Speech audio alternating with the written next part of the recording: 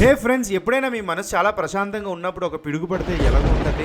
ఎందుకు ఈ విషయం చెప్తున్నానంటే, మనం ఏదైనా ఒక టాపిక్ పూర్తిగా చదివి కరెక్ట్ ప్లేస్లో వాడాలి. అది కరెక్ట్గా వాడకపోతే దానికి వచ్చిన రిజల్ట్సే చాలా డిఫరెంట్గా ఉంటాయి.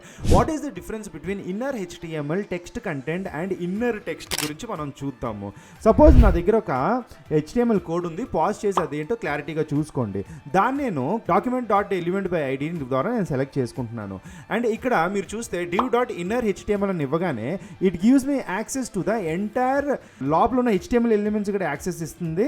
అండ్ ఇక్కడ మీరు చూస్తే స్టైల్స్ కూడా ఏమున్నాయి అంటే it will give me entire లోపల ఏం రాస్తానో ఫుల్గా యాక్సెస్ ఇస్తుంది అనమాట. అదే నేను ఇన్నర్ టెక్స్ట్ అని చెప్పి ఇచ్చాను అనుకోండి, అప్పుడు ఏమవుతుంది, it only gives me the text అనమాట. అంటే లోపల ఉన్న టెక్స్ట్ మాత్రం ఇస్తుంది.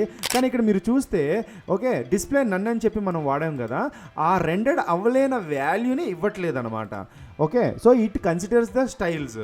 అండ్ టెక్స్ట్ కంటెంట్ ఏంటంటే I don't care like Seethaiah అని చెప్పి this is a bold text and hidden text అని చెప్పి పూర్తిగా అంటే ఇక్కడ స్టైల్స్ని కూడా కన్సిడర్ చేయట్లేదు. ఇక్కడ మీరు కరెక్ట్గా ఇన్నర్ టెక్స్ట్ ఎక్కడ వాడాలి, లేకపోతే టెక్స్ట్ కంటెంట్ ఎక్కడ వాడాలో క్లారిటీగా మీరు వాడితేనే బెస్ట్ అనమాట. ఎందుకంటే కొన్నిసార్లు బ్రౌజర్లో చూపెట్టలేని వాల్యూని మీరు సపోజ్ టెక్స్ట్ కంటెంట్ మీరు వాడారనుకోండి, అక్కడ మీ రిజల్ట్స్ బ్యాడ్గా ఉంటే నచ్చితే నచ్చిందని చెప్పండి. Thank you so much.